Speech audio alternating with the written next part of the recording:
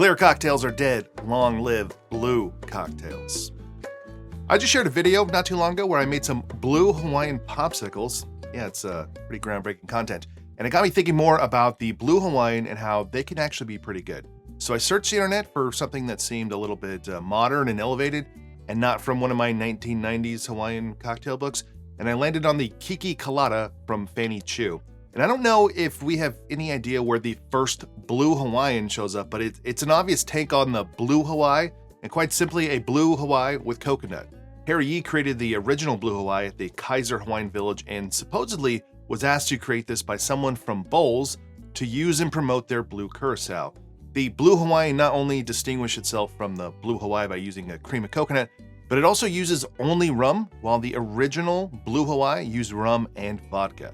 Now, so many amazing drinks come to us from Harry Yee, first from the Kaiser Hawaiian Village, which changed its name in 1961 to the Hilton Hawaiian Village. And if you look at those old menus, there's just so many drinks to try. And if you did end up trying several of those drinks, it might be a good idea to make your first drink ZBiotics. ZBiotics Pre-Alcohol Probiotic Drink is the world's first genetically engineered probiotic. It was invented by PhD scientists to tackle rough mornings after drinking, and here is how it works. When you drink, alcohol gets converted into a toxic byproduct in the gut.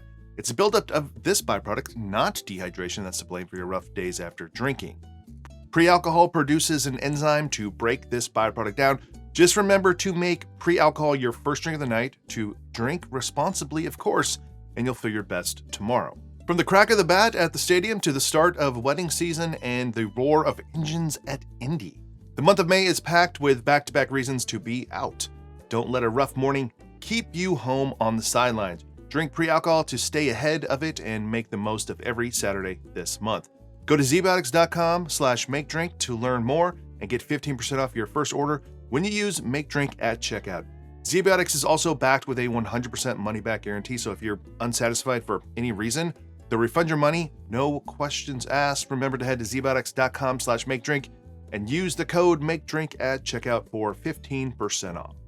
All right, so for this one, you obviously need some blue curacao, and I prefer the one made by Giffard or Giffard. It's just a solid orange liqueur overall.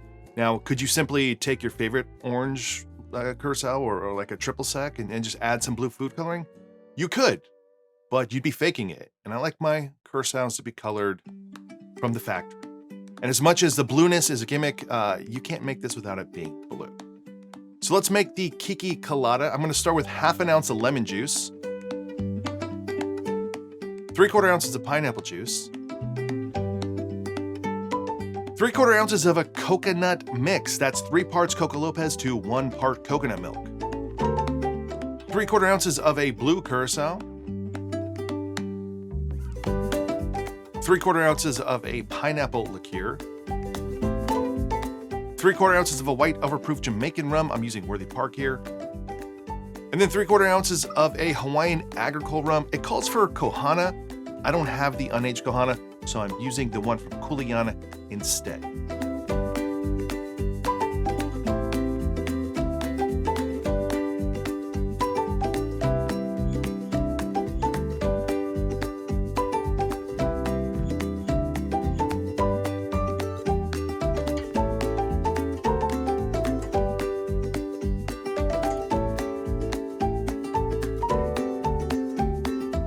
So there you go, the KiKiKōlada.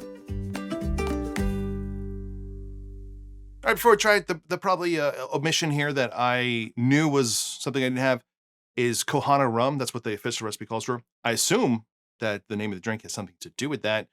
I only have the aged KoHana rums, and I just assumed that they were wanting to use the unaged here. So I swapped in the KoHana, the Hawaiian Agricole rum.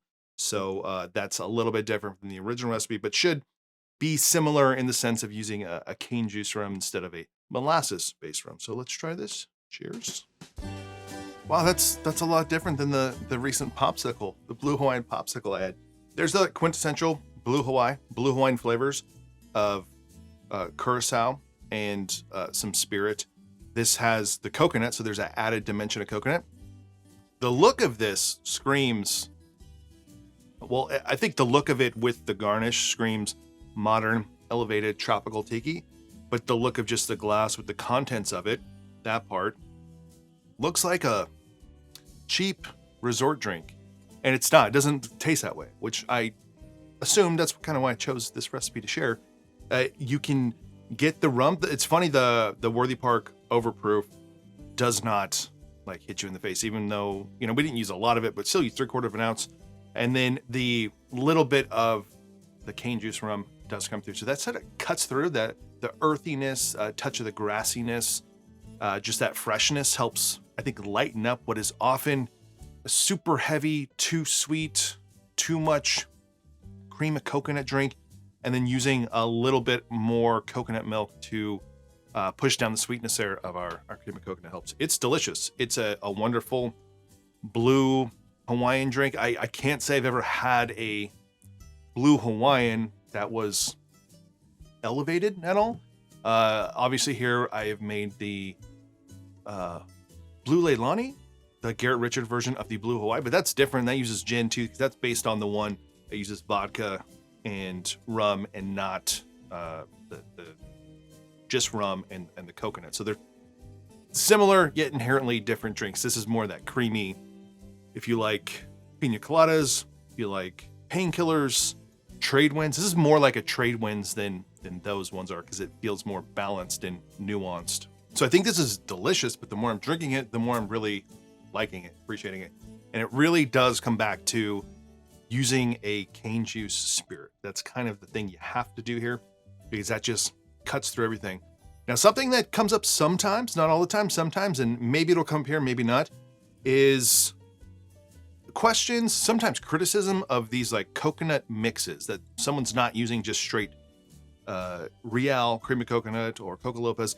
And you got to remember that I'm not sharing a recipe that was created for you or for me or for people at home to make. This is something that, like, here's a bartender, a well-known, established, great bartender, and here's their bar, and here is what they use in their bar.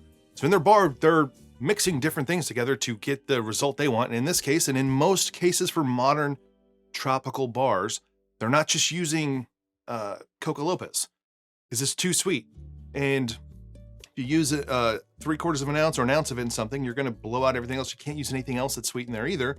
So you cut that with coconut milk. So you preserve the coconut milk, the coconut flavor. You still get the Coco Lopez flavor. You still get some of the sweetness, but it's not as cloyingly sweet. So that's why they do it. And that's why they're different. Because they didn't say, okay, let's make something that's really easy for people at home to have. This is just like, hey, here's what we make at our bar, and here's how we do it. So if you ever come across recipes that I share, other people share, and you're wondering, why does everyone have a different blend? I know it can be frustrating because you want just one solution to everything, but the reason is you're getting something as made at that bar and not just generic cocktail for the generic public printed on the back of something. So there you go, folks. The KiKiKōlada, it is exceptional. I do love this. As far as cream of coconut cocktails go, modern ones, this is one of the best. Keep in mind, if you're using a real, rum Agricole, you might find that your drink is overpowered by that. And you could change that by using something that's a little less flavorful. If you have one that you love that's not as strong, maybe you like the strong ones, or you could use a cachaça, or you could find yourself one of these Hawaiian rum Agricoles. But that is the key here. I've said that like 3 or 4 times now. Using some type of cane juice spirit to add that dimension and cut through everything else. So if you enjoyed this video, please give it a like below. Consider subscribing to this channel. And if you want to support this channel more, check out my Patreon page. Otherwise, I'll see you on the next one.